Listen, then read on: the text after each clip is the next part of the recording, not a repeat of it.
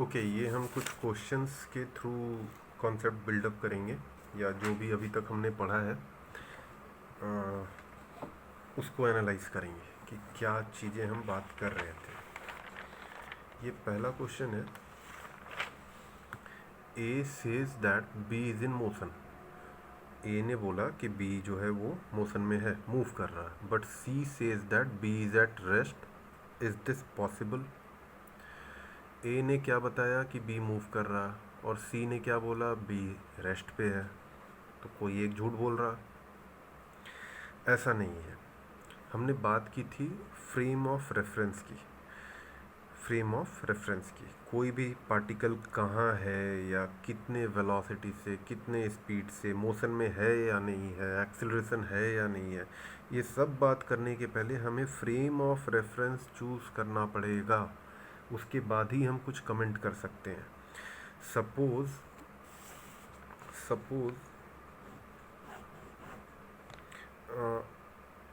B और सी ये दोनों एक बस में बैठे हैं, और ए जो है वो ग्राउंड पे खड़ा है। ए जो है वो ग्राउंड पे खड़ा है, तो ए के लिए तो बी मोशन में ही है। For A B is in motion, so A says that B is in motion. C के लिए बी रेस्ट पे है, so C says that B is at rest. So this is possible. But जब तक हम फ्रेम ऑफ रेफरेंस चूज़ ना करें तो हम क्लैरिटी नहीं ला सकते कि किस सिचुएशन के बारे में हम बात कर रहे हैं। आइदर आप ग्राउंड फ्रेम को चूज़ कर लो, तो हमें हर बार यही बोलना पड़ेगा कि बी जो है वो मोशन में ही है, बिकॉज हमने फ्रेम ग्राउंड को पकड़ रखा है। तो ग्राउंड के रिस्पेक्ट में जहाँ पे कि ये एक खड़ा है, इसके लिए बी मोशन में है। तो इसलिए फ्रेम ऑफ रेफरेंस इम्पॉर्टेंट है, वो ज़रूरी होता है। बिना वो सेट किए हम क्वेश्चन को प्रोसीड कर ही नहीं सकते। Second, a person walks along a semicircular path from A to B. A person walks along a semicircular path from A to B, tracing a curve. Find distance and displacement in this case. एक कोई बंदा ए से B जा रहा, ये semi circular arc trace करते हुए, और इस सेमी सर्कल का रेडियस आर है, तो हमें डिस्प्लेसमेंट और डिस्टेंस फाइंड आउट करना है। सो डिस्प्लेसमेंट की अगर बात करें, डिस्प्लेसमेंट, तो डिस्प्लेसमेंट क्या है, final position minus initial position. Final position minus initial position. ये यहाँ से स्टार्ट किया और ये यहाँ पहुँचा। अगर मैं फिर से फ्रेम ऑफ रेफरेंस, अगर मैं इसको ओरिजिन ले लेता हूँ, तो ये आर और ये R, total 2r will be the diameter of this circle. So यहाँ का कोऑर्डिनेट क्या होगा, 2r होगा। सो डिस्प्लेसमेंट क्या हुआ, final position minus initial position. हाँ, ये बात नहीं पकड़ना है कि वो ऐसे गया और घूम के आ गया, बात इतनी ही हो रही है, वो ए से बी गया। सो डिस्प्लेसमेंट क्या होगा, 2r minus 0। Displacement is 2r minus 0 which is equal to 2r। ये डिस्प्लेसमेंट होगा पार्टिकल का। अगर वो ये पूरे कर्व को ट्रेस करते हुए फिर से वापस आ जाता, तो हम कहते हैं डिस्प्लेसमेंट 0 है, because final position initial position दोनों एक ही जगह पे हैं। सो x2 minus x1 becomes 0। So this time displacement is 2r। Distance क्या होगा, डिस्टेंस जो है,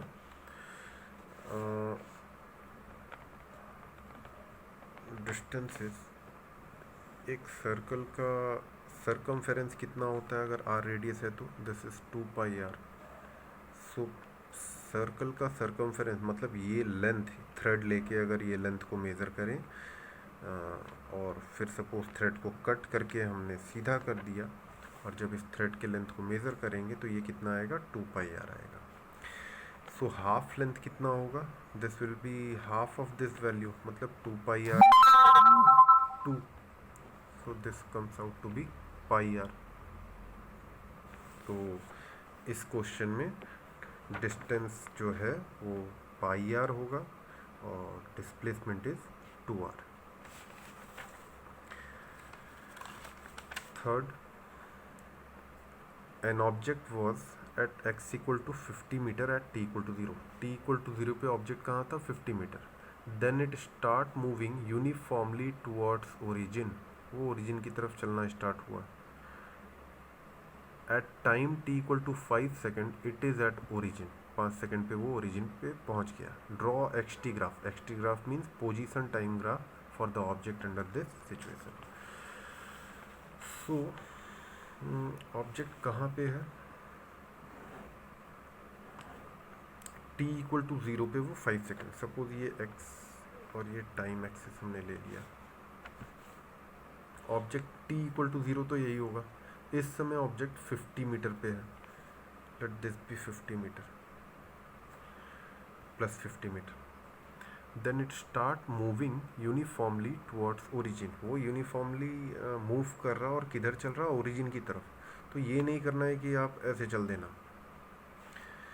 टाइम तो हमेशा बढ़ता रहेगा और वो ओरिजिन की तरफ चल रहा. मतलब x जो है वो घटते घटते 0 होने वाला है.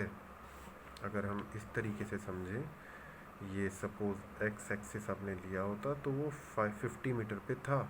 ये ओरिजिन है. वो मूव करते करते कहाँ? ओरिजिन पहुँचेगा. कितने टाइम पे? 5 सेकेंड पे. सो हमने 50 मीटर पे रखा और ये टाइम एक्सिस है और क्वेश्चन में ये दे रखा है कि at 5 second t equal to 5 second पे पार्टिकल ओरिजिन पे पहुंच चुका है. मतलब x जो है वो 0 हो चुका है. कब?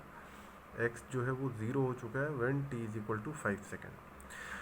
और यूनिफॉर्मली के लिए मैंने बता रखा है अभी कि आपको स्ट्रेट लाइन ही ड्रॉ करना है. तो अगर ये बात मैंने नहीं बोला होता तो आप ऐसे भी कर सकते थे ये भी, बट मैंने बोल रखा है तो अभी ये काम नहीं करना है.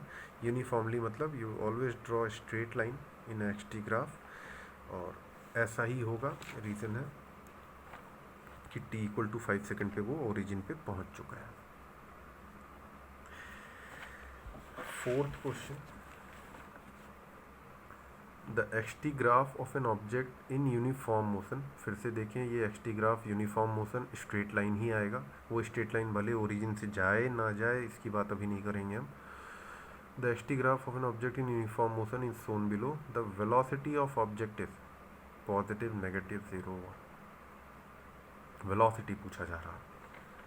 वेलोसिटी पूछा जा रहा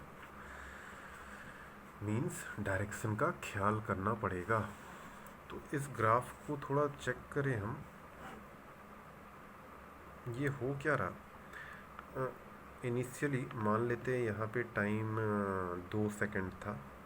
बढ़ते बढ़ते यहाँ पे टाइम सपोज 5 सेकंड हो गया. तो मतलब 2 सेकंड पे पार्टिकल जो था वो सपोज 10 मीटर पे था और 5 सेकंड पे वो पार्टिकल कहाँ आ गया? थोड़ा कम ही हो गया. ये मीन्स कुछ भी ले लें हम 4 मीटर. तो ये बात एनालाइज होना चाहिए कि जैसे जैसे हम टाइम बढ़ रहा, पार्टिकल जो है वो फिर से प्रीवियस क्वेश्चन की तरह वो ओरिजिन की तरफ ही आ रहा. तो अगर हम एवरेज वेलोसिटी बात करें in this interval of time, so this will B x2 minus x1. यहाँ से हम बात क्या कर रहे हैं? यहाँ से यहाँ पार्टिकल गया, A से B पार्टिकल गया है जब टाइम 2 से 5 सेकेंड हुआ. So this will be 4 minus 10 upon 5 minus 2. So ये क्या आता है? Minus 6 upon 3 which is minus 2 meter per second. ये बस एग्जांपल लिया मैंने टाइम और एक्स कोऑर्डिनेट का, ताकि आप समझें कि जैसे जैसे टाइम बढ़ रहा एक्स घट रहा. हमेशा हम कोई भी चीज़ एनालाइज करेंगे तो टाइम बढ़ते हुए में ही एनालाइज करेंगे. तो जैसे जैसे टाइम बढ़ रहा है एक्स जो है वो कम होते जा रहा है. So velocity of the particle will be negative. और ये बात याद रखेंगे कि xt ग्राफ का स्लोप हमेशा वेलोसिटी देता है. जो हमने इंस्टेंटेनियस वेलोसिटी की बात की थी अभी, तो दैट इज़ dx dt. ये नेक्स्ट वीडियो में फिर से हम देखेंगे इस चीज़ को, बट फिर भी अभी देखते हैं कि मैंने स्लोप क्या बताया था. मैंने स्लोप बताया था कि आप किसी दो पॉइंट को ले, सपोज अगर ये x है और ये t है, this is t1, this is t2, ये बार बार हम देखें x1, ये x2 है, सो this dx dt is what, x2 minus x1 by t2 minus t1 under the limiting value limit del t tend to 0, तो ये dx dt बनता था। तो actually dx dt is nothing but slope of this line. तो इस line का अगर आप स्लोप देखें with positive direction of X axis ही देखते हैं, तो यहाँ देख लो या आप इसको बढ़ा के यहाँ से देख लो, ये क्या दिख रहा है आपको, obtuse angle, and tan of obtuse angle is negative, और एक्स टी ग्राफ का स्लोप क्या देता है आपको, वेलोसिटी देता है, सो वेलोसिटी क्या होगा, नेगेटिव होगा। ये बात को ऐसे भी जज कर सकते हैं, एच टी ग्राफ के स्लोप को देख के हम वेलोसिटी पे कमेंट कर सकते हैं। तो यहाँ एच टी ग्राफ है, हमने इसके स्लोप को देखा, स्ट्रेट लाइन है मतलब यूनिफॉर्म मोशन है, यूनिफॉर्म मोशन है मतलब स्पीड उसका हमेशा कांस्टेंट रहेगा, और उसके स्लोप को हमने देख लिया, तो स्लोप इसका नेगेटिव आएगा because tan theta will be negative. ये लास्ट क्वेश्चन है, an object travels 20 meter in 4 second and then another 20 meter in 10 second, what is the average speed of the object. एक ऑब्जेक्ट है, एक object जो कि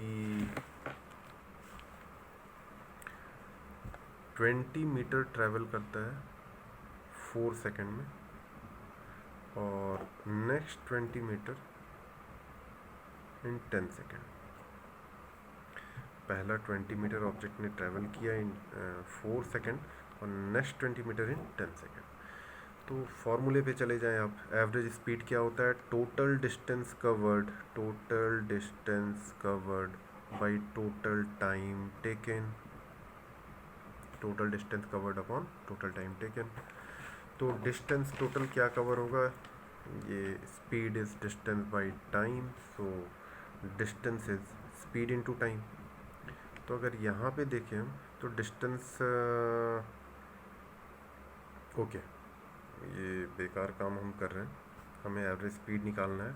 total distance हमें दिखाई दे रहा है, this is 40 and total time is 14, तो ये जो भी आएगा 20/7 मीटर पर सेकेंड। ओके।